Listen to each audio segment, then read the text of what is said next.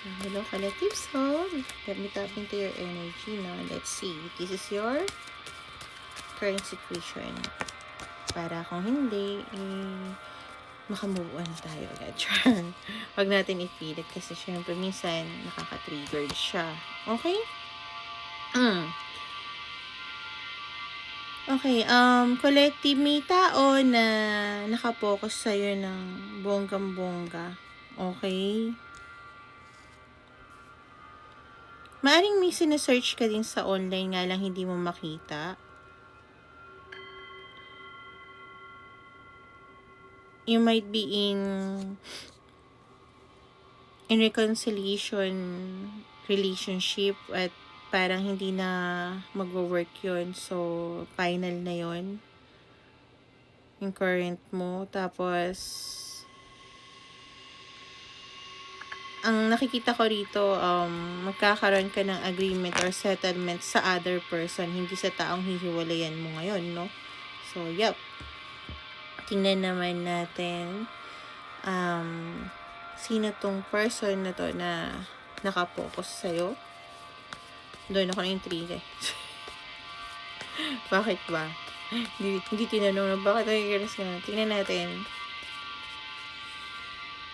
Okay. Ito yung tao na lovers ba naman? Na grabe yung nararamdaman sa'yo, but at the same time, this person is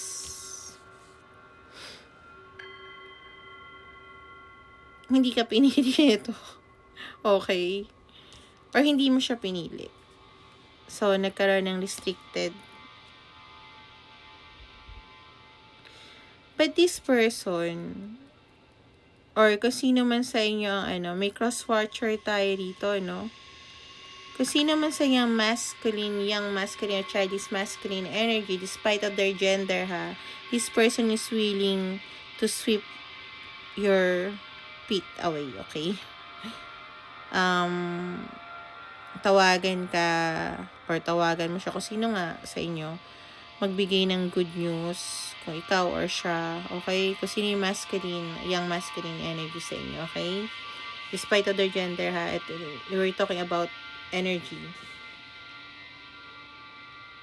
So, might be, hiwalay ka na ngayon, kaya I think, kakaroon ka ng settlement towards this person, yata, okay? Ito yata yung tao na tingin sa'yo, or kung ikaw yung tingin sa feminine energy. Okay? But still, a lot of negative thinking.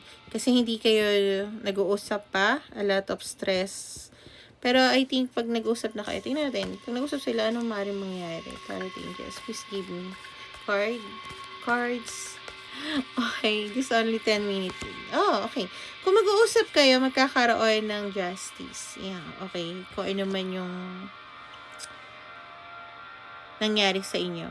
I think, ayan, yung truth and honesty magkakaroon doon.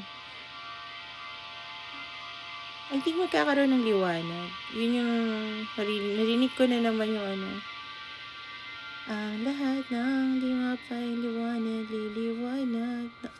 Kasi kaka-reading ko lang ng weekend. Yun din yung narinig ko. I think saan yun? Pisces yun, okay? Pero this is a Libra card. So, might be resonate ka rin sa Pisces, no? Kasi si Pisces nun, naghahanap siya ng mga sagot sa mga tanong niya. Pero, binibigay na ng tadhana, they are very powerful couple, no? Power couple kasi lahat nandun is black and white, yin yang, chariot, tapos sun and moon pa. So, it might be resonate ka rin, no?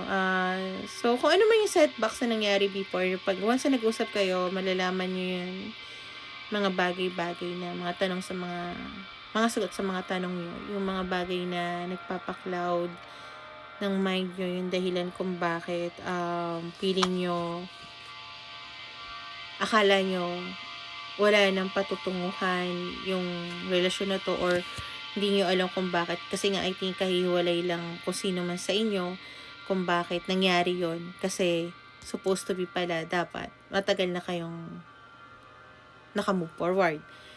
I think, isa sa inyo is parang, hindi naging honest or kung ano man yon, but willing nga siya. A lot of energy of page, no? Page of swords and ano nga yung kanina? Page din yan eh. So, yep.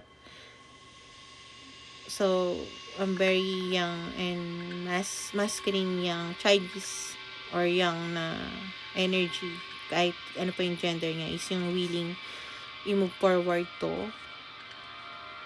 And narinig ko is the long time of waiting is the end na. Parang gano'n. So, yep. Napagdaanan nyo na yung sadness, yung grief, yung mga bagay na ayaw nyo sanang napakawalan nyo na. And this time, naka-align na kayo sa dapat nyong i-align. I think kasi yung justice, minsan sinasabi ko to kung ano yung ginawa nyo. But I think dahil nandun yung, andito yung 5 of Cups, nilet go nyo na yung mga bagay-bagay na dapat nyo nang nilet go. So, tingnan naman natin ang payo ng guides mo sa'yo. Let me tap into your guides. Bumibilis yung tibok ng puso ko. Okay? So, yep, might be na yun din yung maramdaman mo. Tapos, you don't know what to say. Take my breath away. Okay, yun. Ang daming songs. So, might be powerful couple din to. No? Kasi sa Pisces, ang dami din yung songs. Might be powerful couple din. Okay? So, yep. Oh, nice. Okay. Okay, matagal na tong clouded na nangyari. Parang yung mga sagot na hindi mahanap is magkakaroon na ng sagot at magiging support nyo ang isa't isa. Okay? You might be start as friendship or getting to know each other more deeper. Dahil, syempre, dahil nagkahiwalay kayo, may mga nagbago sa inyo. Kasi nga, di ba, may mga natutunan tayo. We're not the same people as we used to be, di ba? So, yep, i-grounded nyo to. Virgo might be resonate. I-grounded nyo to ng bonggang-bongga. And I think, no, kayong dalawa, once na nag-usap na, andito yung hindi lang i-grounded mo, both kayo na i-grounded yung relationship na to. Yung parang, hindi naman itatago, hindi siya ilulukoy, pero yung mga tao na nakakaalam ng relationship niyo is yung mga tao na para sa ikabubuti nyo, okay? Hindi yung mga tao, I think before parang yung mga tao kasi na hindi masaya na naging kayo or magiging kayo, yung naging ganon, no? But this time, sobrang grounded nito na both of you will nurture this relationship. Hindi ka lang mag-isa. Okay?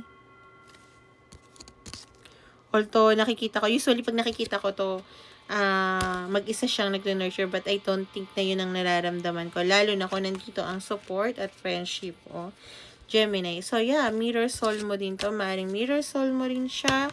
Kaya, yan. Okay, so, powerful couple din to. Power couple, yeah. Good luck, so, sana nakatulong yung reading nito and make a better choice, collective.